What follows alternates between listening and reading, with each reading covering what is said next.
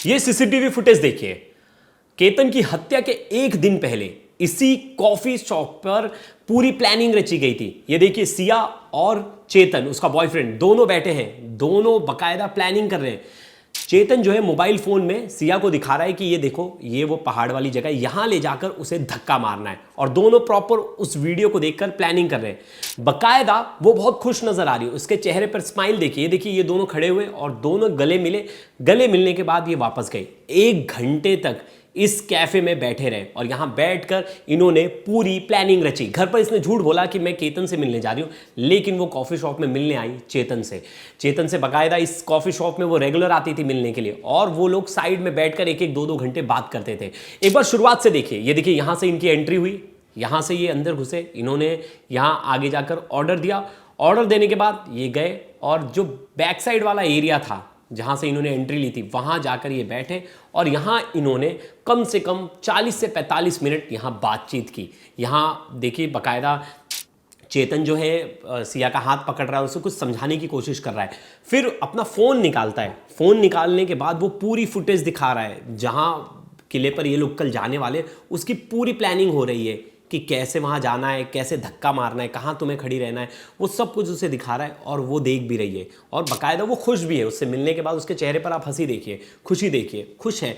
Plan करने के बाद जब वो दोनों गले मिल रहे तब उनका हाव भाव देखिए, उनकी बॉडी लैंग्वेज देखिए, तभी भी ये बहुत ज़्यादा खुश है। और खुशी किस बात की? क्योंकि कल ये लोग केतन की हत्या करने वाले हैं। केतन इन सब चीज़ों से अनजान है, वो अपनी पैकिंग कर रहा है। उसे कल सिया के साथ मॉर्निंग में सुबह सुबह निकलना है, लेकिन उसे कुछ पता नहीं, और वो सोच रहा है कि कल मैं सुबह मॉर्निंग में जाऊंगा, अगले दिन यानी 18 तारीख के बाद 19 तारीख को एक ग्रैंड सेलिब्रेशन होगा महाबलेश्वर में, जहां केतन ने सिया के लिए एक रिसॉर्ट बुक किया है। ये पूरी तस्वीर आज सामने आई है और हमारे संवाददाता ने वहां से ग्राउंड रिपोर्ट दी है कि क्या कुछ है उस कैफे में, क्या बातचीत हुई उस कैफे में, ये कैसे मिले, कब गए। एक बार वो रिपोर्ट देखिए। जिस कुर्सी पर मैं बैठा हूँ, इसी कुर्सी पर 17 तारीख को चेतन चौधरी बैठा था। सिर्फ इतना ही नहीं, बल्कि उसके ठीक सामने यानी कि इसी कुर्सी पर सिया गोयल भी बैठी थी।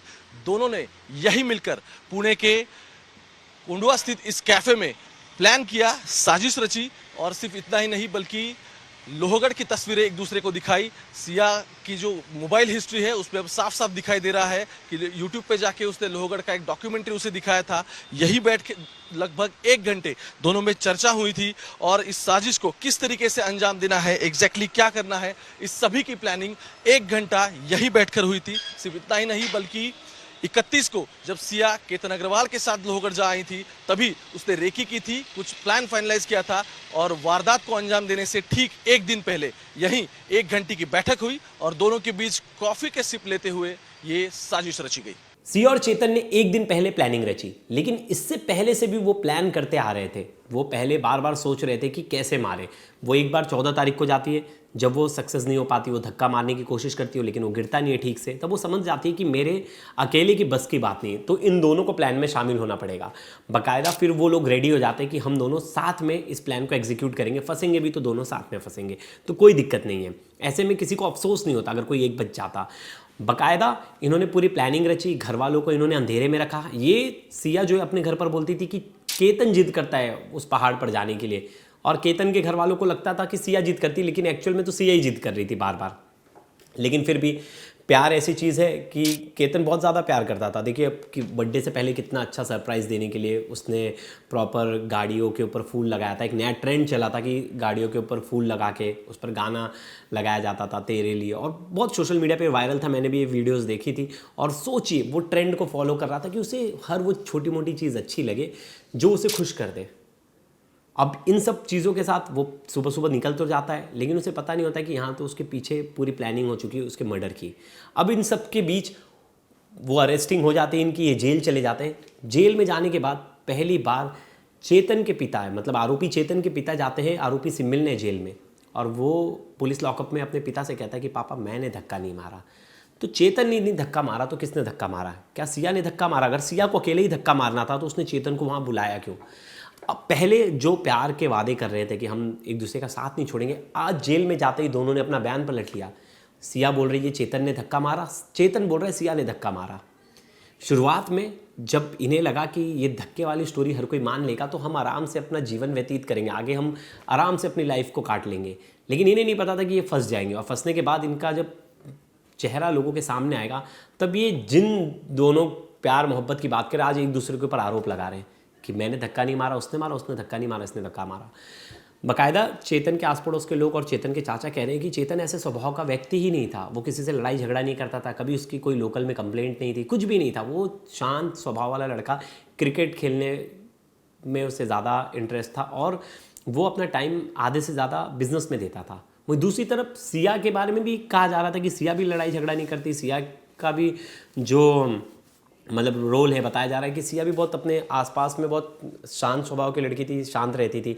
लेकिन सिया की जो फुटेज देखी बर्थडे सेलिब्रेशन की, सबकी जो क्लब में गई है, ये फुटेज जो है केतन की मम्मी ने भी देख लिया था, और केतन की मम्मी ने बाकायदा कल इंटरव्यू में कहा है कि मैंने उससे मना कर दिया था कि हमारे घर में दारू शराब ये सब चीज़ें नहीं चलेगी, और वो उसने बोला कि मैंने उसका रिएक्शन देखा, उसका रिएक्शन भी उसको कुछ ठीक नहीं लगा था। अब घर वालों को बॉडी लैंग्वेज थोड़ी बहुत चीज़ें समझ रही थी, लेकिन घर वाले उस लेवल पर जाके अपनी बेटी पर शक ही नहीं कर सकते थे, सामने वाली की बेटी पर शक ही नहीं कर रहे थे, क्योंकि उनको ऐसा लग रहा था कि उनके मामा ने ये रिश्ता लाया है और ये इनको पहले से जानते हैं, 35 साल का रिलेशन है, तो कोई कैसे धोखा कर सकता है।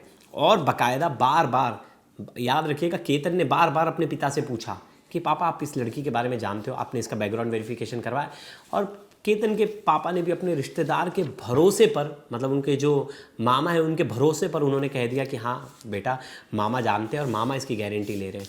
और वैसे भी बनिया कम्युनिटी में रिलेटिव्स का बहुत ज़्यादा इंपॉर्टेंट रोल होता है, और अक्सर जो शादियाँ होती हैं वैसी होती हैं, एक रिलेटिव दूसरे रिलेटिव को बताता है, और ऐसी शादी होती है। और भरोसा बहुत बड़ी चीज़ है, क्योंकि ये बहुत दूर दूर के रिलेशन को फॉलो करते हैं, मतलब मामा के, बुआ के, चाचा के, काका के, बहुत दूर दूर के रिलेशन के लोग भी आते हैं इनके यहाँ।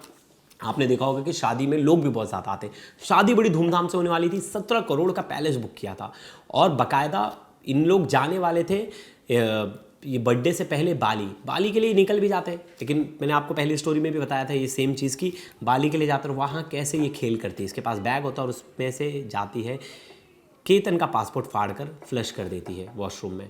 अब वहाँ से ये लोग बाहर आते हैं और वो केतन का पासपोर्ट ढूंढने लगते, नहीं मिलता है, प्लान कैंसिल, ये वापस से रिटर्न आ जाती है।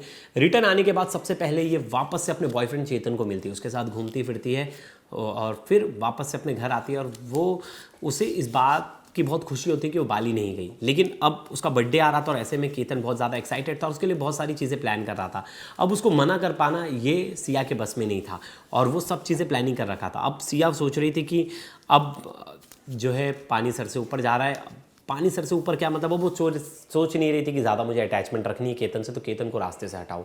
अब इसी बिहाफ में उसने प्लानिंग शुरू कर दी, और यहीं से वो 2 बार तो पहले ही जाके आ चुके थे लोहागढ़ फोर्ट। अब उन्हें लगा कि ये सबसे सेफ डेस्टिनेशन है यहाँ से धक्का मारना। और ट्रैकिंग, केतन को ट्रैकिंग पसंद थी, और पहली बार केतन ही सिया को उस पहाड़ पर लेकर गया था। लेकिन उसे नहीं पता था वो जिस जगह लेकर जा रहा है, जो चीज़ उसे पसंद है, एक्टिविटी, आगे जाकर वही कारण बनेगी उसकी मौत का। और यही हुआ। फिर इन्हें समझ गया कि इसे ट्रैकिंग पसंद है, ट्रैकिंग के लिए मना नहीं करेगा, और धीरे धीरे उसे कन्विंस करने लगे कि चलो ट्रैकिंग पर जाते हैं। हर किसी के मन में सवाल था, इतना सब कुछ था, पैसे वाला लड़का था, 600 करोड़ की प्रॉपर्टी थी, वेल सेटल था, यूएसए से पढ़ के आया था, फैमिली इतनी अच्छी थी, फिर भी चेतन के लिए, मतलब बॉयफ्रेंड चेतन के लिए उसने क्यों मारा। बहुत लोग कमेंट में लिख रहे हैं कि अपने बॉयफ्रेंड से लॉयल थी, अपने बॉयफ्रेंड से बहुत ज़्यादा प्यार कर रही थी, अपने बॉयफ्रेंड को छोड़ नहीं सकती थी। अपने बॉयफ्रेंड को नहीं छोड़ सकती थी, लेकिन अपने होने वाले पति को तो छोड़ सकती थी, उसको तो मना कर सकती थी, उससे तो कन्विंस कर लेती। लेकिन नहीं, यहाँ एक मन में छोटा सा लालच था। वो लालच क्या था कि पापा ने जो पैसा लगाया इसके पीछे, पापा कहीं ना कहीं पीछे हट जाएंगे लड़की के, तो ये खुद के पैरों पे खड़ी नहीं हो सकती। और वो जो लड़का था चेतन, वो भी अभी खुद के पैरों पे उतना स्टैब्लिश नहीं हुआ था, दोनों की उम्र कम थी, और दोनों ने समझ लिया था कि अभी अगर हम कुछ भी करेंगे घर वालों से बगावत करके, तो हम सर्वाइव नहीं कर पाएंगे। अभी जो हमारे घर वालों ने हमें अच्छी लाइफस्टाइल दी है, ये लाइफस्टाइल हम फॉलो नहीं कर पाएंगे, वरना वो बगावत कर देती। लेकिन सिर्फ लालच कि घर वालों को छोड़ूंगी और पापा को दुख, ये भी बात था कि पापा को दुख, पापा की समाज में इज्जत चली जाएगी, इस दुख का भी, क्योंकि वो पापा से भी बड़ा प्यार करती थी, अपने पापा से भी और अपने बॉयफ्रेंड से, तो ना चाहती थी उसके पापा की भी जो है वहाँ इज़्ज़त उछले, उसके पापा के बारे में जो है लोग तरह तरह की बातें करें, अगर वो शादी रिश्ता तोड़ देती है तो उनके रिलेटिव्स उन्हें ताना ना मारे। ये दोनों चीज़ थी, और इन दोनों चीज़ों के बीच में एक ही सॉल्यूशन निकला, और चेतन ने भी यही कहा कि भाग के कोई फ़ायदा नहीं, हम सर्वाइव नहीं कर पाएंगे खुद से, हम प्लानिंग यही करते कि हम इसे ख़त्म कर देंगे और हम इसे एक एक्सीडेंटल डेथ दिखाएंगे जिससे किसी को शक ही नहीं होगा। इसने बाकायदा बहुत सारी वेब सीरीज़ वगैरह स्टोरीज़ वगैरह देखी थी, इसमें पता है कि अक्सर लोग मोबाइल रिकॉर्ड से पकड़ा जाते हैं। तो इसने क्या किया था कि अपना फ़ोन ही नहीं लेकर गया था, अपने फ़ोन की जगह पर उसके यहाँ एक जो काम करने वाला बंदा है चेतन के यहाँ, उसका फ़ोन लेकर गया था और ये सब चीज़ें उसने की, सब चीज़ें की और ये सक्सेस भी हो जाते हैं। लेकिन केतन के घर वालों को शक था, वो शक कहीं ना कहीं पुलिस ने भी कैच किया, इन्वेस्टिगेशन शुरू की तो बहुत सारे ऐसे पहलू आए जहां पुलिस को भी शक हुआ। लड़की का दो बार बयान बदलना। पहली बार लड़की ने कहा फ़ोटो ले रहे थे तो पुलिस ने बोला मोबाइल दिखाओ, फ़ोटो तो है ही नहीं। फिर उसने बोला नहीं फ़ोटो लेने से पहले वो पानी लाने गए थे तब वो फिसल के गिर गए। वो जैसे जैसे बातें घुमा कर बोल रही थी पुलिस को पूरा शक हो गया था। पुलिस को तलाश थी तो एविडेंस की, क्योंकि धक्का मारा है कि गिरा है ये साइंटिफिकली ज़्यादा प्रूव नहीं हो पाएगा, क्योंकि उसे वो इतने नीचे गिरा, उसे इतने सारे चोट लग गए कि पता लगाना उसे किसी ने धक्का मारा या वो खुद से गिरा, ये बहुत मुश्किल था पोस्टमार्टम रिपोर्ट में। तो पुलिस के पास पक्के सबूत होने चाहिए थे, सर्कमस्टांशियल एविडेंस होने चाहिए थे जिसके बिना पर ये प्रूव हो कि ये एक मर्डर है। अब सिया के कॉल डिटेल्स खंगाले गए तो पता चला सिया एक लड़के से बात करती जिससे उसने 2000 बार कॉल्स पर बात की है और बाकायदा 300 घंटे। अब ये इन्फॉर्मेशन जब मिलती है तो पुलिस उस लड़के के पास पहुंची, चेतन चौधरी, उसके मोबाइल लोकेशन देखती तो पता चलता वो तो पुणे में ही था उस दिन जिस दिन हत्या हुई। फिर पुलिस यहाँ वहाँ घूमती है, इन्वेस्टिगेशन करती है। फिर एक चीज़ नोटिस करती है पुलिस की एक दिन पूरे 24 घंटे चेतन का जो फ़ोन था उसका नेट ऑफ था। आज के समय में नेट कौन ऑफ रखता है, वो भी बिजनेसमैन। पुलिस को यहाँ से शक हुआ, पुलिस ने फिर वापस से गई उसके शॉप पर। उसके शॉप पे चेतन नहीं था, चेतन के यहाँ काम करने वाला एक मजदूर था। उससे पूछी कि अरे तुम्हारा मालिक कहाँ है, उसने अपना मोबाइल फ़ोन क्यों बंद कर रखा था, क्या आप लोग को पता है? तो उसने बोला अरे सर मालिक तो अपना फ़ोन यहाँ छोड़ कर गए थे, मेरा फ़ोन लेकर गए थे। पुलिस शॉक हो जाती है, पुलिस बोलती है अच्छा नंबर बताना। जैसे ही वो नौकर अपना नंबर बताता है, वो नंबर पुलिस चेक करती तो पता चलता है उस दिन यानी 18 तारीख की सुबह वो नंबर वहाँ पहाड़ पर एक्टिव था, उस किले पर एक्टिव था। अब पुलिस समझ जाती है कि पूरी दाल खाली है और पुलिस अब जाकर उस चेतन को अरेस्ट करती है और बाकायदा उससे पूछताछ करती है। पूछताछ में सब कुछ बता देता है कि हाँ मैंने सिया के कहने पर ये पूरे हत्याकांड को अंजाम दिया है और हम दोनों ने मिलकर उसे धक्का मारा है। लेकिन ये बात उसने पुलिस कस्टडी में बताई, लेकिन उसने अपने पापा से ये क्यों कहा कि पापा मैंने धक्का नहीं मारा, धक्का सिया ने मारा। तो एक बार उनके पापा की बाइट सुनते हैं, उनके पापा ने क्या कुछ कहा कि ये दोनों बातें कर रहे थे, बातें करते करते क्या हो गया मेरे को नहीं मालूम, वो ऐसा बताया मेरे को। अच्छा चेतन ने बताया आपको? हाँ। अच्छा तो वो गया क्यों था फिर आपका? वो क्यों गया तो देखो अभी हमारे को तो बोल के क्या नहीं, हमारे को तो बोला है मीटिंग है, मीटिंग में जा रहा हूँ ऐसा। सुबह मैं उसके मम्मी को बोल के निकला, मेरे को तो कुछ बोला ही नहीं, मम्मी को इतना बोल के निकला। लड़की के साथ में था उसके बारे में उसको अपने को कुछ मालूम नहीं, कुछ नहीं बताया? कुछ मालूम नहीं, इसके पहले भी था, इनके साथ में रहता तो कभी हमने कभी देखा नहीं। हमारे को उसके बारे में कुछ मालूम नहीं। और वो सिया जो लड़की के नाम भी अभी कल मालूम पड़ा, उसका भी आपने को कभी न तो कभी देखा नहीं, बात पहली बार वो पुलिस चौक में देखा उसको, लड़की को। अच्छा हाँ आपने? हाँ। अच्छा मुझे एक बात बताइए, और उसका नाम ये सब कल मालूम पड़ा। उनका दुकान किधर है, उनका घर किधर है? चल रहा है मामला, हाँ आपके बेटे पर जो आरोप है उस पर आप क्या कह रहे हैं? हाँ उसको फंसाया जा रहा है, मतलब उसका उसमें कुछ इन्वॉल्वमेंट नहीं है। अच्छा हाँ किस तरह फंसा जा रहा है, क्यों आपको लगता है कि फंसा जा रहा है? क्योंकि वो चेतन ने बोला इसलिए, बाकी पहले तो अपने को कुछ मैटर मालूम नहीं। अच्छा चेतन ने हम जब चौकी में गए उसको अरेस्ट करने के बाद में, तो उसने क्या बोला कि मैंने इनको कुछ धक्का विक्का कुछ नहीं दिया, मैं दूर खड़ा था। तो लड़की खड़ी थी क्या वो लड़के के पास में? हाँ वो ऐसा चेतन बता ये रहा। लड़के के पास खड़ी थी, लड़का मैं आता हूँ आपके पास। हाँ अब ये बहुत सही इम्पोर्टेंट बात बता रहे हाँ। हैं कि उस लड़के जो लड़का गिरा है हाँ। उसके पास लड़की खड़ी थी। हाँ अभी वो धक्का दिया कि नहीं दिया वो अपने को मालूम नहीं। हाँ पर चेतन बोल रहा था कि मैं थोड़ा लंबा खड़ा था, वो लड़की के सामने ही बोला था उस दिन। वो पुलिस चौक दोनों के साथ में लेकर आए थे मेरे सामने ओके। ऐसा। और वो लड़की लड़के के पास खड़ी थी, हाँ धक्का दिया नहीं दिया पता नहीं, हाँ। लेकिन चेतन दूर खड़ा हुआ था। हाँ ऐसा अच्छा, चेतन चेतन कैसा लड़का था उसके बारे में बताइए, क्योंकि बहुत- चेतन एकदम सिंसियर लड़का है वो, मतलब रोज इधर दुकान पे आता है, काम धंधा करता है। हाँ। वो लड़की से जान पहचान कैसे हुई उसकी? वो मेरे को तो मालूम भी है, कल मालूम पड़ा है। ये सब आया मामला हाँ के बाद? उसके बाद पहले अपने को कुछ मालूम नहीं। अच्छा तो चेतन का क्या करता था अभी आपके साथ इधर काम? इधर ही काम करता था। उस लड़की को आपने कभी भी नहीं देखा? नहीं देखा नहीं उनके माँ बाप का किधर दुकान वो भी मालूम नहीं। अभी आप क्या चाहते हैं, आप क्या मांग है फिर अभी जब इतना सब हो रहा है तो आप क्या चाहते हैं, क्या मांग रहे हैं आप, क्या चाहते बस मांग अपना यही है कि चेतन निर्दोष है, वो छूटना चाहिए बस। हैं?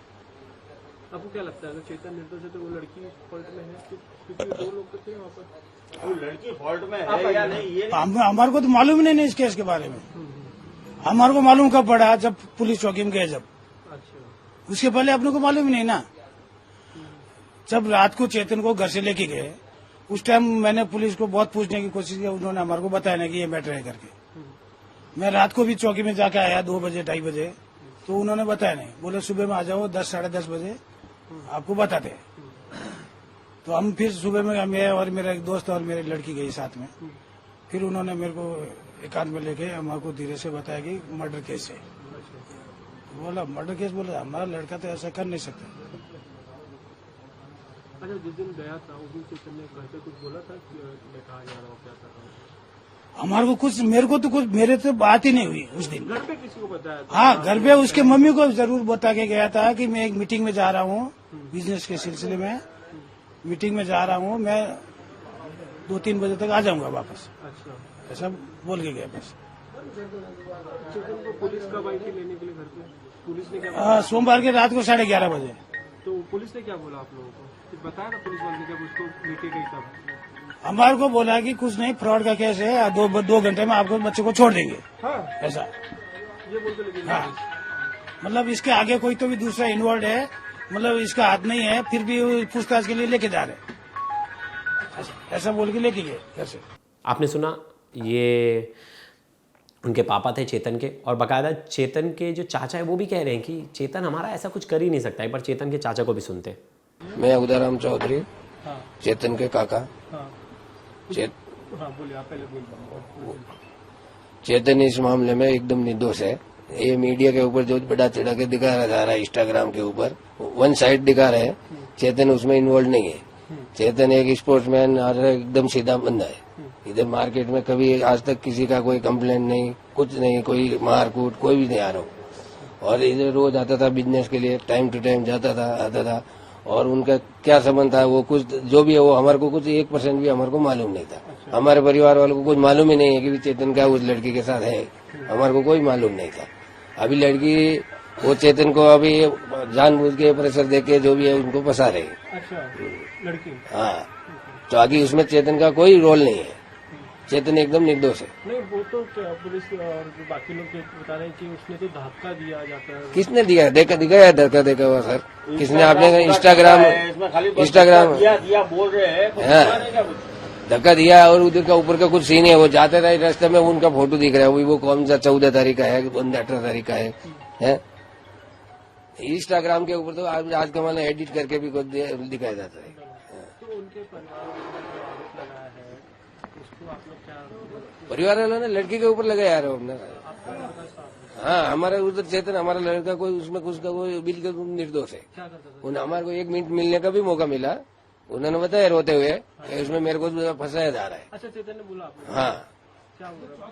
चौकी में बोला था हमारा। फॉरेंसिक टीम ऊपर पहुंच गई है और जांच कर रही है। वो उन जगहों पर जो है, जिन जगहों पर ये गए थे घूमने, उन जगहों पर निशानदेही करके हर एक सबूत इकट्ठा करने की कोशिश करी कि वहाँ कोई कुछ सबूत मिल जाए, कुछ भी छूटे ना इस केस में। क्योंकि इस केस में सबसे इंपॉर्टेंस रहेंगे एविडेंस। क्योंकि कोर्ट में अगर इन दोनों ने बोल दिया कि एक्सीडेंटल डेथ है और पुलिस के पास कोई वैसा सबूत ना हो जिसमें इन्होंने चैट किया हो, जिसमें बोला हो कि हम प्लानिंग करेंगे, तब कहीं ना कहीं मामला फंस सकता है। क्योंकि ये पूरा केस ही सर्कमस्टांशियल एविडेंस पर ही टिका हुआ है। अब तक कोई ठोस सबूत नहीं है जिसमें साफ क्लियरली हो कि इसमें उन्होंने मैसेज किया कि 3 तारीख को मार दे, 3 तारीख को मर्डर कर देंगे।